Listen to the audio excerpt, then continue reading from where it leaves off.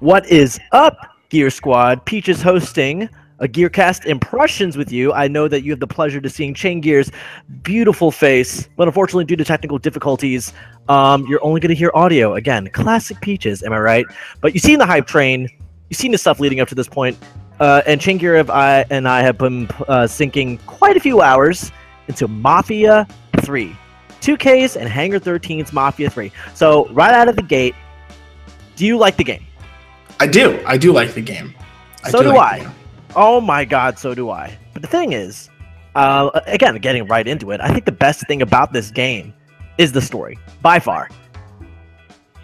Yeah, I'd agree. I'd say it is the saving grace of this game, if you will. It is 100% the saving grace because I'll probably send Chaingear some clips of me playing the game. But rounding off of our playtime, I think I played definitely more than like 10 hours or so in this game. I took out a couple of bosses. I took over a couple of districts. How much time have you put into this game? Yeah, I put a ridiculous amount of time in on Saturday and Sunday. Had a friend come over on Saturday, and then the rest of the time was basically playing Mafia 3. And then on Sunday, I think really all I did was play Mafia 3. So I put a lot of time into it, but I also know that the way you and I play games is different. So we may be at like different points of the game just because of how we're playing it. But I've definitely, 10 hours probably sounds about right. I'm probably similar amount of time that I've put into the game. Good. I would hate for us to have like a big gap. So it's good to see that we've invested around the same amount of time because this weekend I decided to be social. I don't know why. Mafia 3 came out. There's no time to be social. Friends. No. You're my friend. That's it. So anyway, like back to what you said, Mafia 3 story is definitely its saving grace. Obviously from the hype train, please go see that video. There's probably going to be an annotation somewhere, a link in the description. It's a good video. It is pretty damn good. I just like the way you use trailers at the beginning and stuff. It feels so cool. Anyway, I love this story. It's been a while since I've been so engrossed into a game story where I want to keep playing to see what happens. Because overall, this game is a pretty vanilla open world game. We tried discussing this like before of how we feel about it and like easy comparisons and stuff. Like I think from our initial discussion off camera, you talked about comparing it to Watch Dogs and such. You know, like it being a third-person action cover shooter. There's stealth elements if you want them, like taking over different like parts of the city and that sort of thing. There definitely is the parallels there, but the more I play it, the more I feel as though it's more akin to it definitely wants to be a Ubisoft open world game, which in my opinion, that's not something you should strive towards. Please don't. There are enough of them and they're all the same. So having like another like divot in that formula, but with a better, much better, actually fantastic story, it plays an interesting balance. So why don't you tell me something a little different? Tell me about what you like, what about the story it is that you like. Yeah, I mean, I think you had a lot of information right there. That was fantastic. I mean, yeah, I mean, the Ubisoft, it is trying to be like a Ubisoft kind of open world game, like comparatively to like GTA. Like GTA is kind of completely open from the very beginning, and this game is a lot more about like conquering areas, which is like you said, just like a Watch Dogs or an Assassin's Creed or something. And the story is what really like just brings it out. And what do I like from the story? Honestly, every single thing. I have to agree there. Like seriously, every single thing about the story. Yeah, I mean. Like from the very beginning, from the second you put the disc in or you load up the title, the first part of the story, it like envelops you the entire time and it never lets go. It never lets go when there is storytelling. Like I just think it's so incredible. I mean, obviously we don't want to do too many spoilers, but from watching the hype train video or just watching trailers online in general, this game is about. Well, I don't know if you want to go ahead and we don't really have to give exposition to it. I mean, again, watch the hype trailer if you haven't, or the hype train video, which will be in the description below. Maybe an annotation. But yeah, I mean It's about Lincoln Clay, a black man in the 1960s, wreaking revenge, and revengeance, you might say. Yeah, revengeance. And every character is amazing.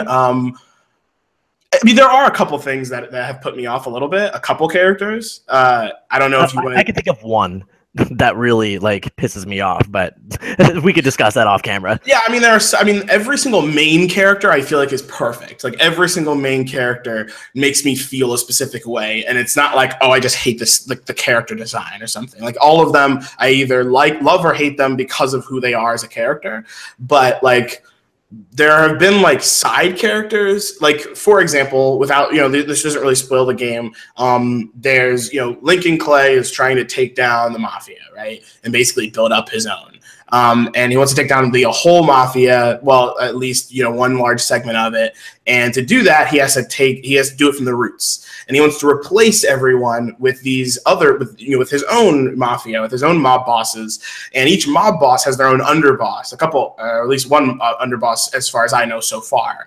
And some of these underbosses are amazing. Like, for example, again, without trying to spoil it too much, the Haitians underboss, gives you really great exposition on the Haitian diaspora, from the Haitians coming into the United States. Dude, I was tearing up, like listening to this guy talk. Yeah, like, very. Like, oh man. Yeah, really great dialogue there between Lincoln and him. But comparatively to maybe. I liked Vito's underboss really, really. Oh yeah. Wait, was it Vito's? Is Vito? Actually, no. I think Vito's is the one that I didn't like. Is she the Cuban? Oh yeah, that's the Cuban one. Yeah. The other one has the daughter. Yeah, so the Cuban one I didn't like. I felt like every single time I left her, she would give me a good story. She has a really great story, and I definitely don't want to spoil anything there because I haven't seen anything in trailers about her necessarily. But when you meet her, it's great. She tells you all this story and why she's here. Again, the Cuban diaspora, people leaving Cuba and coming to the U.S. Why? Why is that happening? And then she also talks about like people getting in her pants 24/7. And I'm like, right. Why? I understand. Do you dislike her character because the relationship that she has with Lincoln, her dialogue, or is it just like you just don't like the way she acts, or do you feel like there are different ways to like not liking a character? Like you don't like the dialogue, you don't like the way character designed, you don't like the relationship between you and the protagonist. Like, so what is it about her that bothers you so much? Is it just that one aspect of her, like talking about herself in that way, or just talking about it's not her stuff? I think the thing that it wasn't her that I didn't feel forced. It was almost like, wow. It was like right after she was like again, I'm not trying to spoil anything, so she would give me this really intense part of her life, something that happened. There were pauses, long dramatic pauses that make you sit there and think, and you're like, wow, all right, like I'll do whatever it takes to help you grow this business, and let's see what we can do. And she's like, all right, let's do it. And then she's like, by the way, when this guy tried to get in my pantalones, and I'm like, what? Wait. Like, I mean, that's totally cool. If that's your character, then like, let's talk, right? But she's definitely the weaker one comparatively to like the other underbosses that Lincoln develops relationships with. Yeah, definitely. And I mean, granted, again, so the greatest thing is that I can be so nitpicky to this one character. Oh yeah. Like comparatively to other open world games like Watch Dogs, for example, where every character just about sucks besides two of them. There's really only two. I really only think of one character that's really great in Watch Dogs, where in this game, almost all of them are, and there's really only one that I can even nitpick at. The rest of them. I'll tell you this much. Like, one of the core mechanics comes from taking over a district, killing the guy that runs the whole thing, and then you have to assign that district to one of your three underbosses. Now, the thing is, one of the underbosses definitely has his own racial prejudices, but like he has such an intricately woven like backstory and stuff like that I'm like, oh, you annoy me. But the thing is, I understand you and I get you. So when I was sitting at the table and I forgot that there are rackets within each district, getting into the gameplay now, but it's also kind of about the story. There are rackets underneath each district, right? Like, oh, this district is where you get your drugs from. And rackets are illegal business operations. Yes, exactly. This is where you do your guns. This is where blah, blah, blah, blah, blah. And so I mistakenly assigned a different racket to a different boss in the same district, and I wasn't even thinking, right? Because I was just like, oh well, I guess this is the part of the game. I thought there was supposed to be a cutscene in here, right? Because I thought this was like the whole thing that I saw from the trailers. So when I got down to the table and I sat down, the two characters were arguing, be like, "Hey, you assigned us both a racket here. What's going on? Who are you going to give it to?" And I was like, "Whoa, what? Wait, what? Oh my god, I did." But the thing is, I genuinely cared about like all of them, so I was just like, "Crap, she definitely deserves the territory because this is a part of like the." I was genuinely thinking about the relationships between the characters, and I definitely had it play out throughout some of the story. Like they'll remember stuff. They'll remember stuff by name and exactly how you played it out, and they'll mention it. So the voice acting is so in depth, and there's so many lines that like each one of your choices legitimately feel as though they have weight. And Lincoln's relationships with all those underbosses change. They're just cool. Like there's so much voice acting in here that you wouldn't expect. Yeah, I agree. And the unfortunate thing is, and I knew that this was going to happen. You've gotten farther in the story than I have. I've only so I have not gone that far where I like have gotten to the point where I had all three and I got another territory where we all sat down. Consider that your warning then. Yeah, I mean, you've seen it, right? I mean, it's in a lot of the trailers where they show the three mob bosses sitting down and they're like, "All right, guys, like, what do we do? How do we distribute this?" But I know that, like, because you know me, like, I have to get everything. Like, I am such a completionist, which is why I burn out on games so quickly. Of course. I just like I don't know if you want to segue into this or not yet, but like the missions can get really long. Like, oh yeah, let me get into this right now. The reason why I say that you do not want to be a Ubisoft open world is that even though you have this gigantic, expansive, beautiful, colorful, like fully characterized map and environment for the player character to explore, it all comes down to repetitive mission design. And here's the thing.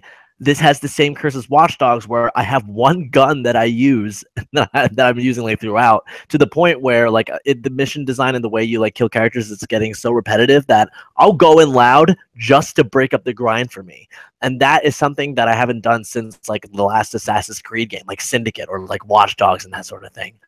Go in here, interrogate one guy, or go in here, kill everybody, or go in here and steal. Okay, this is a word of the wise for every developer out there. Stop giving me fetch quest missions with a very slow vehicle on the other side of the map. There is no fast travel in this game. So get this truck in the bayou. Okay, get in the truck, and this thing is driving like negative 3.5 miles an hour, and I'm driving up. It takes me like literally 6 minutes for me to drive up to a point where I can drop the truck off. Stop doing that. So the thing is, I asked you if you feel as though Mafia 3 would have benefited from a more linear mission structure and less like maybe a smaller open world, and you said yes. So why don't you tell me some of your gripes with the overall gameplay? Because it's obvious the story is its saving grace, but let's get right into the meat of it, of like what's up with the gameplay. Yeah, so this is first impressions, guys. But we have played it for this whole weekend, right? We got it on Friday, played it, up till now. Today's Monday when we're recording this. This might go out on Tuesday or Wednesday. Oh boy. The gameplay is serviceable. I agree. The thing that pulls this game through is its story, and you will buy this game because of its story if you're going to buy it. And everything else, I still recommend the game. You know what I mean? Yeah, you and I have had and this is probably a conversation for honestly like a GearCast or something, but you and I had talked about the difference between a good 7 and a bad 7. Oh yeah. This game I think is an 8, maybe a 7.5. But the gameplay is so lackluster. And again, we're not reviewing it. This is just first impressions, but the gameplay is so lackluster in the long term of things that it's just like, all right, what am I doing? So exactly what you said. There's shooting, there's driving, there's boating, there's sneaking, there's running, kind of. There's melee. That's it. Like, there's nothing else in this game, and that's okay. Like The Last of Us is the same thing. There's no driving. There's only shooting, melee, sneaking. Right. That's it. Mm-hmm. But the difference is that The Last of Us has Uncharted, same way, right? Even Infamous Second Son to some degree, or the Infamous diverse games. Mission design. Yeah, I mean, the idea here is that, like, oh man, so again, not to spoil anything. The first couple missions are all about getting your mob bosses. And so that's what I'm on the third mob boss. I'm getting him currently, and I love the story involved. I'm like, oh yeah, let's do this. Oh, yeah. let's do, and I want to do everything. And just because it has so much context in terms of the weight of the story. Like every little tiny thing that you do, except for the stupid collectibles, have so much weight related to the story. Yeah, yeah, it's like one of those things where I was like, all right, like I want to. So, for example, you go ahead and you take an environment or a district or whatever, and like there's multiple ways to do it. I could just go straight to the mob boss that runs that area and shoot him up. I could do that. And to be honest, it wouldn't be hard either. Like it may be like a little difficult, but like nah, not really. Especially by the time you get to your third, because you have all these like power ups and not abilities, but like all these ways to like handle things, and it could be done. But instead, like I want to go ahead and tactically get through the whole thing, and that's fine. For example, right now I'm currently I went to these guys and I interrogated them to get information about how to hurt the pockets of this guy, of this mob boss, and they're like, oh, you have to go ahead and blow up these distilleries. Well, guess what? The distilleries are on the opposite end of the map. So I now have to drive. The good thing is I got the pre-order bonus. And we get all the fast cars from the get-go, and luckily we have awesome radio stations and awesome music in this game. Fantastic. Yeah, the world itself is really, really well designed. And so, I'm driving, listening to still hate the driving though. I'm okay with the driving. So I'm actually really okay with the driving. I turns, dude. I can't. I have to learn. I think that's, you just don't know how to drive in the game. Like I play driving games, right? Like I play Need for Speed, and I've also played Test Drive. So I've played a gamut of different racing games, and I think they're trying to strike a chord between the arcadiness, but also like you have to understand how your car handles. In that case, do me a favor. Go in the trophy list and look up the trophy that says go on high speed and do a successful 180 turn while at high speed without hitting anything. Get that trophy, then come back to me, and I'll be like, okay, fine. The driving's fine. To be honest, I probably already have done it then. Oh, snap. Oh, snap. I have my trophies turned off. Trophy list right now. Yeah, let me know if I have. I have the trophies turned off, sure, so I don't even know. But, so yeah, I think, I take my fast car, drive out down to the bayous. I'm like, all right, cool. I kill everybody that's there, which honestly, that feels good. I'm like, okay, like, I'm going to do this for the underboss, or I'm going to go ahead and do this for, to really hurt the pockets of this guy, like revengeance. And so I drive down there with my fast car, get in some accidents, whatever. I hop out, hop a couple of these guys, maybe I'll switch it up, get a shotgun, make it a little more challenging. Maybe I'll just use the rifle that I've been using. Maybe I'll go all the way in the back and use a sniper, whatever, right? But I get through it. It was awesome. Then I have to drive this huge truck or drive a boat, and it's like, all right, like the worst thing is when you're helping the underbosses, it's literally the same mission 3 times in a row. Yep. It's the same mission 3 times in a row, so I can get some more text. It's all contextually voice acted too, so it's like, tell me what's going on with this mob boss. Like even the tiniest little guy that you're hunting, Link and Clay will acknowledge as a person, so it's all there. But that doesn't mean that they're not all the same missions.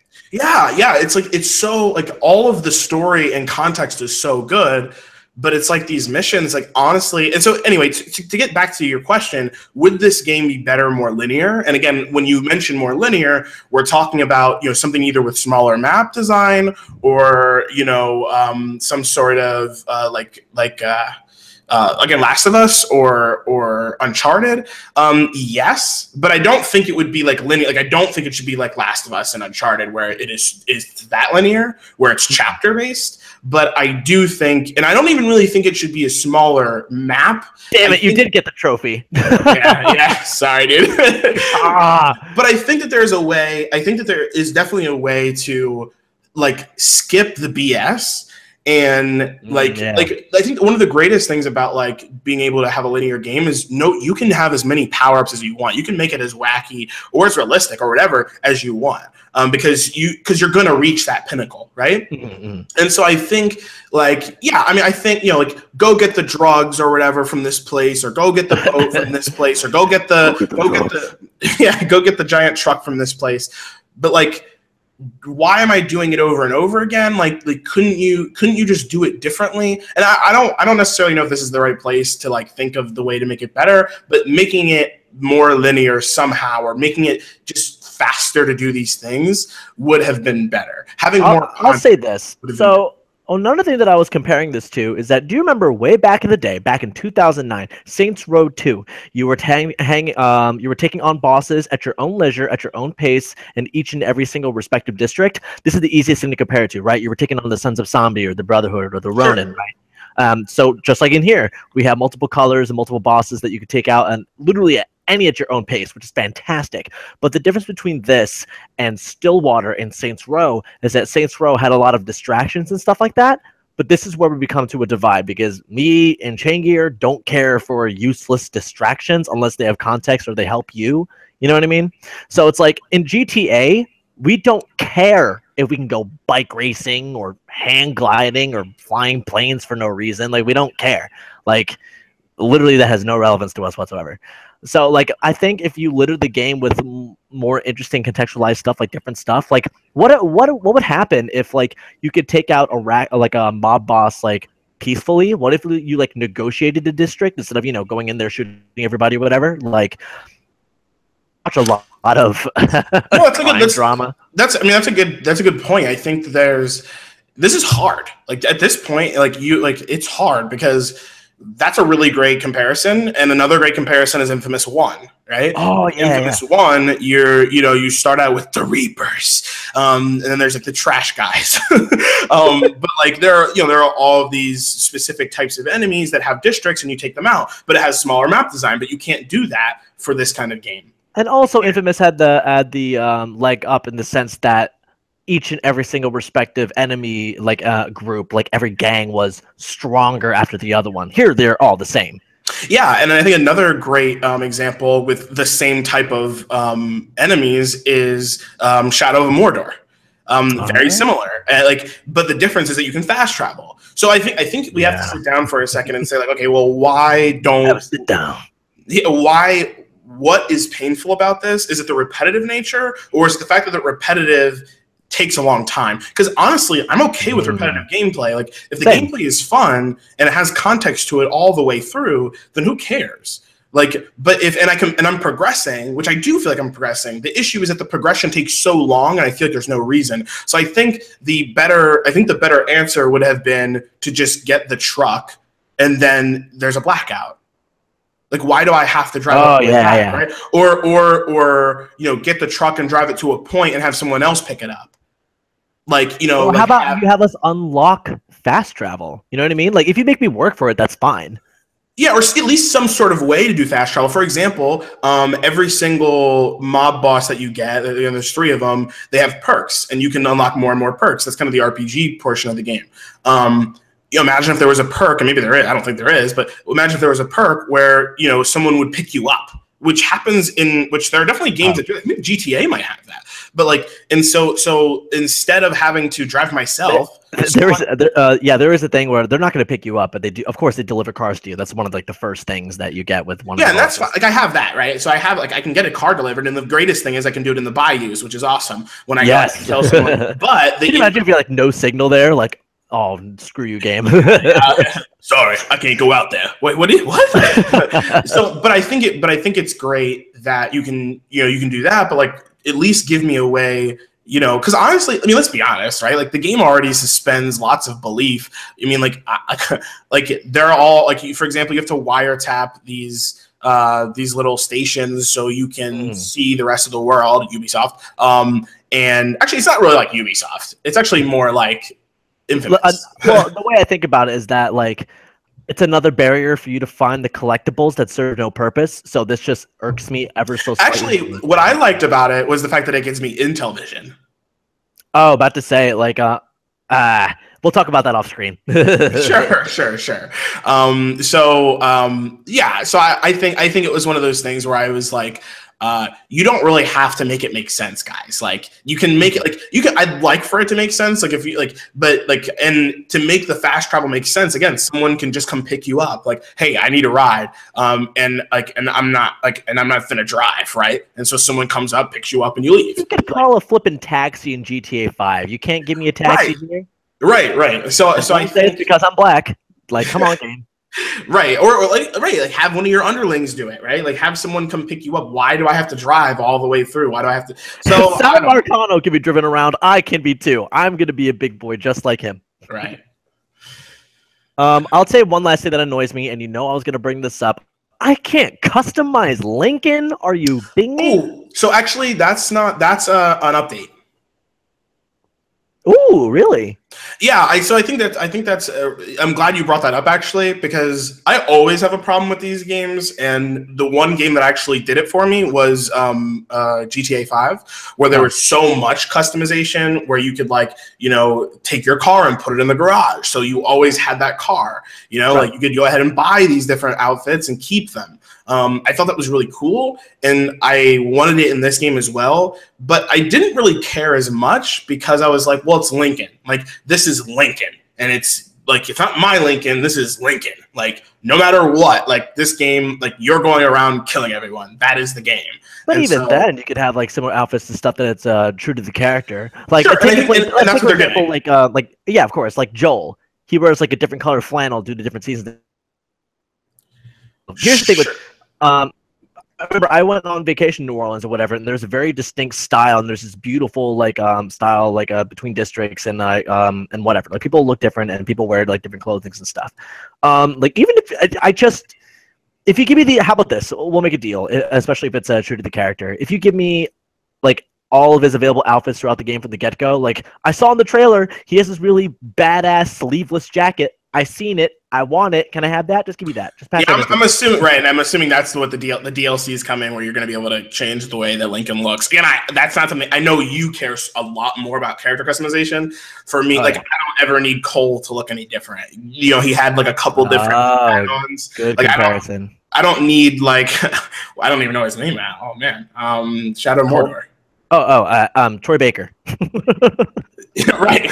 I don't need Troy Baker to look different in Shadow of Mordor. I used his one DLC skin, that one, the one that has the hood up, so it's oh, I look so cool. But that's it, right? It's nothing that I would dock a score for. That's just my what I'm used to in these games. Like, even in Red Dead Redemption, you had a duster coat, or he had a different outfit. It's nothing that John Marston wouldn't be seen not wearing. It's not like GTA 5 where I'm asking to put Lincoln Clay in a mankini or something. You know what I mean? Just sure. I don't know, give me different shoes. I don't care. Give me something, which I hope that it's been a wide complaint or whatever. But overall, to really wrap this thing up, because we don't want to take too much of your guys' time like we love doing with everything else that we do here. Overall, I really like this game. It's a little repetitive. It's a little rough around the edges. There is pop-in, and there are some weird things with missions, but all of this stuff can be patched, right? I mean, we're console gamers, so we don't give a crap about the whole 30 FPS fiasco. I know Drew gets probably crying and throwing stuff because this game's 30 FPS. I'm just kidding. You're probably not doing that. No. But but overall, I like this game. The story is just so much engrossing. Okay, here's what I'll say. They avoid, while Lincoln is the angry black man, he's not. There's a lot more dimensionality to him. You know what I mean? He has a sense of humor. He laughs, he cries, he develops relationships, and the relationships that he has with each individual mob boss and all the characters that he runs into, it's individual and separate of each other. He'll talk to people in different ways. He'll laugh. He'll have jokes with Donovan, who is one of my favorite characters. It's so cool to see that this guy is so fleshed out and fully dimensional, because the last thing that we wanted is just,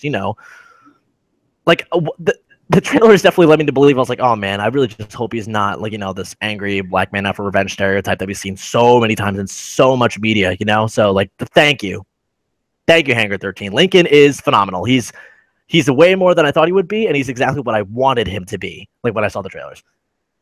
Yeah. I'd probably say the same exact thing. I mean, I think that the story again carries this game all the way through. First impression recommendations. Wait till the price drops a little bit. But if you're ready for if you're ready for a really an amazing story, then I would grab the game. But in terms of the gameplay, I wouldn't buy this game because you want to jump into an open world experience, because it's not an open world experience. It's just a story, and the story's amazing. So which is exactly what we hyped ourselves up. The context of the character and the setting and that sort of thing. So I think we hyped ourselves up ever so slightly in the right direction. Yeah, I mean, you know me. Like, I don't even like open world games all that much. Like, I like linear open map games. I'm not a huge fan of open world games. Like, I didn't even like. I was happy again that there wasn't anything for me to do. Like, I was happy that I could just go to the objective and beat it. My biggest gripe with Far Cry is like I can't even get to the objective without 20 things happening to me when I'm trying to get to the freaking objective and beat the stupid game. They like won't let me do it. I'm like trying to get there and I'm being attacked. Oh, there's a lion. Oh, there's a whole new mission over there. It's like an army of honey badgers. Yeah, it's like, all right, well, whatever. So anyway, I think, yeah, for my first impression recommendations, I would definitely take, if you're fiending for a really great story, especially about around blackness, I would go ahead and grab this game. But if you're interested, wait for it to go on sale a little bit, maybe sell a couple of your games to grab it. I wouldn't just pay $60 outright. There are a lot of games coming. There are a lot of games out, a lot of free-to-play games. Spend your time with those, wait for this price to drop, and then grab it when you're ready for a story and the gameplay isn't going to bother you, because the gameplay will bother you if you aren't 100% ready to jump into the story. Oh, yeah. So I'll say this right now. For the story itself, like alone, in terms of my review, it's already like a $40, like a solid $40 game. You know what I'm saying?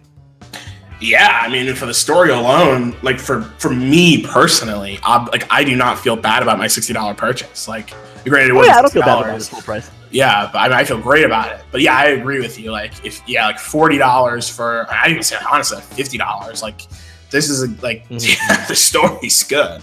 But yeah, $40 is fair for sure. Yeah, so thank you very much for taking the time with me to talk about Mafia 3, one of our most anticipated games of this year. Skyrim when is Skyrim coming out again? The re-release? November. It's okay, November, so we have some time. I don't think I'm going to be getting anything else at this point because I know that Gang Beasts is never coming out ever. Yeah. But overall, thank you guys so much for listening to our first impressions. We really hope that you like what you see from the gameplay and that sort of thing, and we hope that we've given you a more unique insight as to what this game is and whether or not you would like it. Now, like this video if you like it, dislike it if you dislike it, and if you've been playing Mafia 3, why don't you tell us what you like? And this time, Assassin, don't spoil anything. So, as always, my name is Peaches, your Mocha host with the most, and this is Chaingear of Chaingear Gaming, obviously. Why don't you go ahead and hit that subscribe button to get us to 1,000 by the end of this year. Well, maybe we'll do a little something special. And as always, we'll see you in the next one. Take care, guys. Bye, guys. Now you have to say bye. But yeah, no. Bye, bye, bye.